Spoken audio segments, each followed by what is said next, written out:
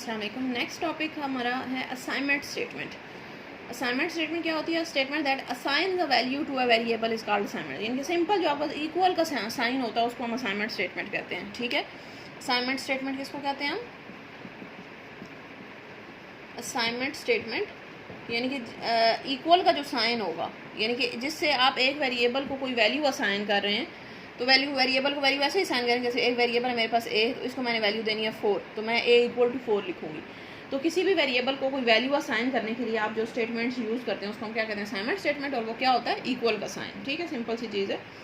Name of variable is written on the right, name of the variable is written on the left side and the value is written on the right side. Left side पे जो आप value लिखते हैं वो हमारे पास variable का नाम लिखते हैं, और इस साइड पे आप जो है वो राइट साइड पे आप वैल्यू लिखते हैं। ठीक है, तो सिंपल सी चीज़ है, इसमें कोई इतनी कॉम्प्लिकेटेड, आपको पता है वैसे भी कि वेरिएबल आप इसको ऐसे लिखते हैं, वेरिएबल इक्वल टू एक्सप्रेशन। यानी कि एक तरफ वेरिएबल दूसरी तरफ, जरूरी नहीं यहाँ पे आप एक वैल्यू भी लिखें, आप यहाँ पे इस तरह से भी लिख सकते हैं 4 + 2।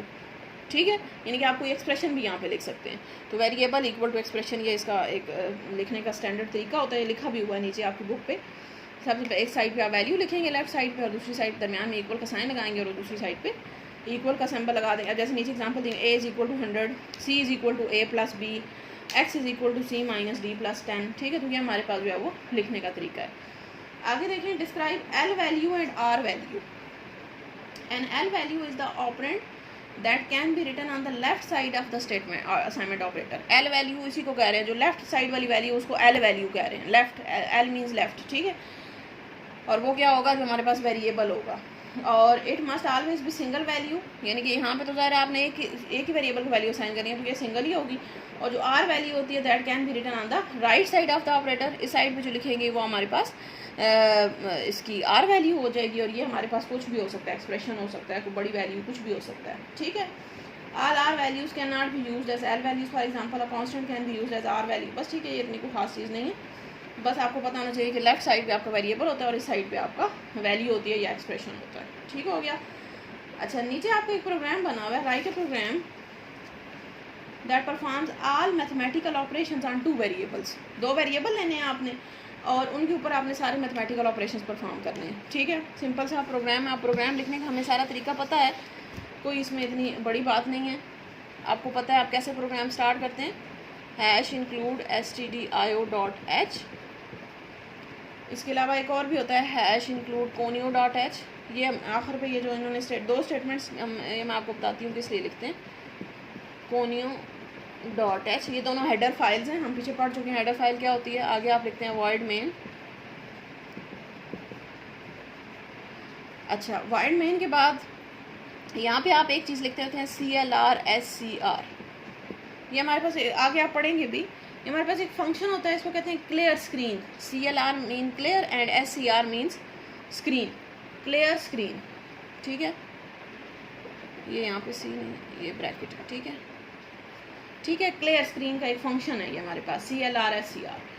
ये जो फंक्शन होता है ये इस हेडर फाइल के अंदर मौजूद है, conio.h के अंदर। ठीक है, इसका क्या काम क्या है? क्लियर स्क्रीन, इसके नाम से ही जा रहा है कि स्क्रीन के ऊपर अगर पहले से कोई वेरिएबल या कोई वैल्यू मौजूद है तो उसको क्लियर कर दो, ताकि हमारे प्रोग्राम में वो इंटरफेयर ना करे। ठीक है, हमारा प्रोग्राम एकदम स्मूथ चले। ठीक है, तो इस वजह से हम क्या करते हैं कि सबसे पहले जब भी प्रोग्राम स्टार्ट करने वाले होंगे तो ये आप एक स्टेटमेंट लिख देते हैं CLR SCR, आगे ब्रैकेट लगा के सेमीकोलन लगा दें। तो इससे क्या होगा कि आपका स्क्रीन बिल्कुल क्लियर हो जाएगी, उसके ऊपर कोई गार्बेज वैल्यू या कुछ इस तरह की चीज़ मौजूद नहीं रहेगी। ठीक है, और ये हमारे पास जो फंक्शन होता है वो किस हेडर फाइल के अंदर होता है? conio.h। जब से हमने पढ़ा था कि stdio के अंदर इनपुट आउटपुट के फंक्शन होते हैं, इसी तरह ये जो क्लियर स्क्रीन का फंक्शन है ये हमारे पास conio.h के अंदर होता है। इसी तरह एक और फंक्शन सबसे आखिर पे हम लिखते हैं, वो होता है getch।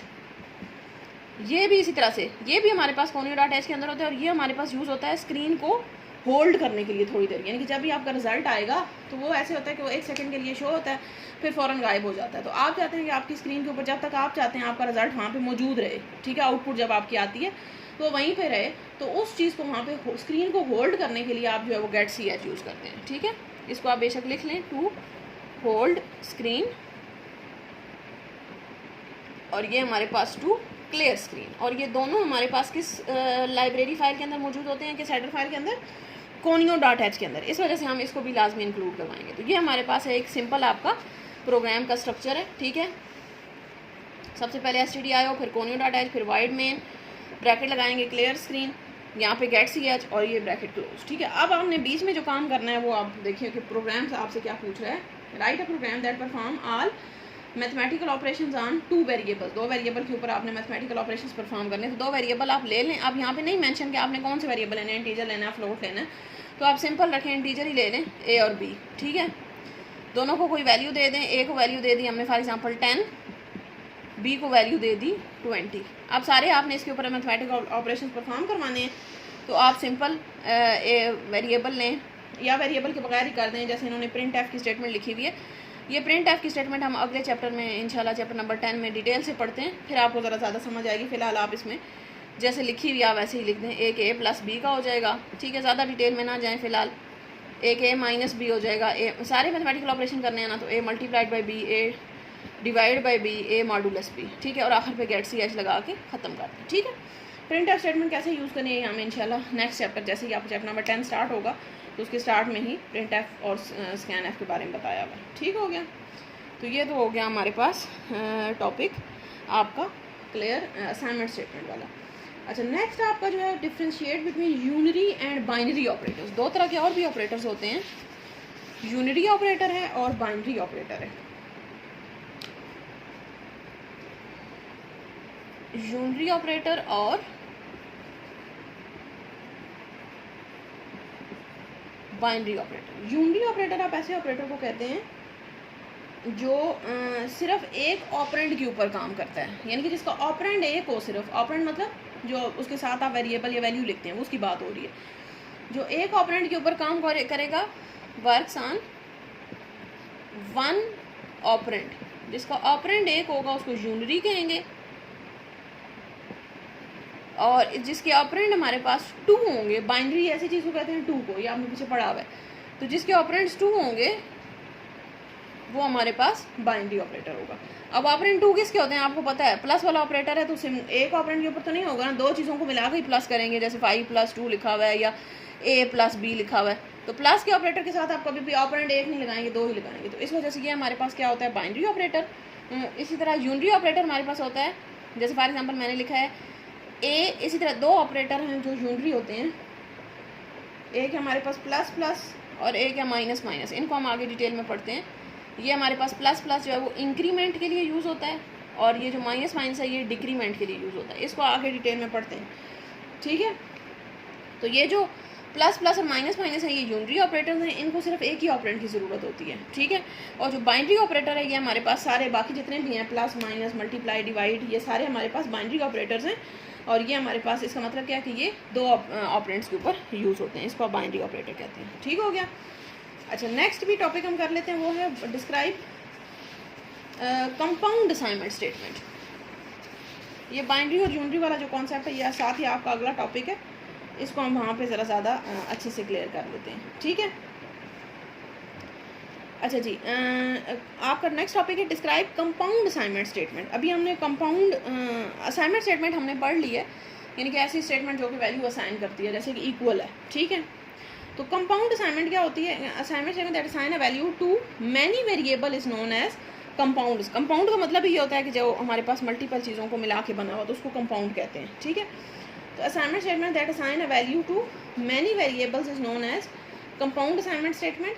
The assignment statement equal is used in this, यानी कि अगर फॉर एग्जांपल इस तरह से लिखा हुआ है, कंपाउंड असाइनमेंट क्या होगी कि अगर मैंने इस तरह से वैल्यू असाइन करनी है, a equal to b equal to 20, अगर इस तरह से लिखा हुआ है। ठीक है, यानी कि आप a को भी आप 20 असाइन कर रहे हैं, b को भी 20, अगर तो यानी कि इस तरह से भी आप लिख सकते थे a equal to 20 b equal to 20। तो ये हमारे पास सिंपल जो है वो असाइनमेंट स्टेटमेंट बनती। और अगर आपने कंपाउंड असाइनमेंट को लिखने को कहा गया तो आप कंपाउंड में कैसे करेंगे, दोनों को इकट्ठा लिखेंगे। अब इससे भी इसका भी वही मतलब है और इसका भी वही मतलब है। ठीक है, तो कंपाउंड असाइनमेंट स्टेटमेंट कौन सी होती है, जो कि वैल्यू असाइन करती है मैनी वेरिएबल्स को, और जो सिंपल असाइनमेंट स्टेटमेंट है वो आपके पास सिर्फ एक ही वेरिएबल को वैल्यू असाइन करती है। यानी कि अगर आपने एक ही वैल्यू बहुत सारे वेरिएबल्स को देनी है, ठीक है, 5 वेरिएबल्स हैं, आपने सबको एक ही वैल्यू देनी है, तो बजाय इसके कि आप अलग अलग सबका लिखें, आप एक ही स्टेटमेंट में इक्वल लगा के सबको वैल्यू असाइन कर दें।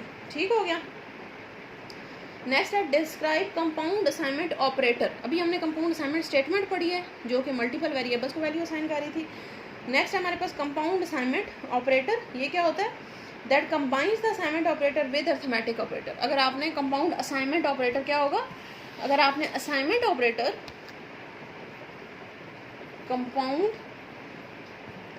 अच्छा मेन जो चीज़ें थी वो यही थी, असाइनमेंट स्टेटमेंट और अर्थमेटिक ऑपरेटर जो अभी हमने फ़िलहाल पढ़े हैं, ठीक है। तो अब उन्हीं को मिला के आगे उनकी वेरिएशंस बता रहे हैं कि उनमें क्या क्या चीज़ें जो है वो आप मज़ीद ऐड कर सकते हैं, ठीक है। कंपाउंड असाइनमेंट ऑपरेटर आपके पास क्या होगा? कंपाउंड असाइनमेंट ऑपरेटर होता है जिसमें आप दो चीज़ों को कंबाइन करते हैं, एक अर्थमेटिक प्लस असाइनमेंट। अब अर्थमेटिक में क्या होते हैं? Plus, minus, multiply, divide, modulus, इनको और इक्वल, यानी कि आप इक्वल साइन और अर्थमेटिक ऑपरेटर्स को अगर आपने कंबाइन कर दिया तो आपके पास क्या बन जाएगा? Compound assignment. अब अर्थमेटिक सारे इकट्ठे नहीं लिखने, अलग अलग होता है। अब इसमें हमारे पास जो है वो किस तरह से आप लिखते हैं इसको? n, जैसे इन्होंने एग्जांपल दी हुई है n प्लस इक्वल टू 10। तो ये हमारे पास अब देखें, एक अर्थमेटिक ऑपरेटर और असाइनमेंट ऑपरेटर दोनों को इकट्ठा कर दिया तो हमारे पास क्या बन गया? कंपाउंड असाइनमेंट ऑपरेटर, ठीक है। इसको लिखने का तरीका क्या होता है आपके पास? वेरिएबल लिखते हैं आप, आगे ऑपरेटर लगाते हैं, यानी कि जो अर्थमेटिक ऑपरेटर आप लगाएंगे प्लस, माइनस, मल्टी, आगे इक्वल लगाएंगे और आगे उसका एक्सप्रेशन लिखेंगे, ठीक है। अब जैसे मेरे पास लिखा हुआ है a माइनस इक्वल टू 20, तो ये मेरे पास आपके पास जो है वो इसको हम कहेंगे ये हमारे पास कंपाउंड असाइनमेंट ऑपरेटर है। एक अर्थमेटिक ऑपरेटर है और आगे एक इसमें असाइनमेंट ऑपरेटर लगा हुआ है, ठीक है।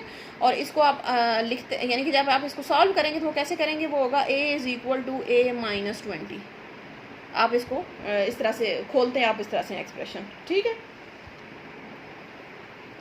इसी तरह जैसे लिखा हुआ है a डिवाइड इक्वल टू 10, ये लिखा हुआ है a डिवाइड इक्वल टू 10, तो इसको आप कैसे लिखेंगे? a is equal to a divided by 10। ये आपके पास, इसको आप आसानी से लिख सकते हैं, ठीक है। तो ये हमारे पास जो है वो कंपाउंड असाइनमेंट ऑपरेटर्स हैं कि आपने एक अर्थमेटिक ऑपरेटर और एक इक्वल का मिला के आप जो है बनाते हैं कंपाउंड असाइनमेंट ऑपरेटर, ठीक हो गया। अच्छा जी, नेक्स्ट आपके पास इंक्रीमेंट ऑपरेटर। चलें ठीक है, इसको हम नेक्स्ट टॉपिक में इंक्रीमेंट डिक्रीमेंट दोनों कवर करते हैं, ठीक है जी। Thank you.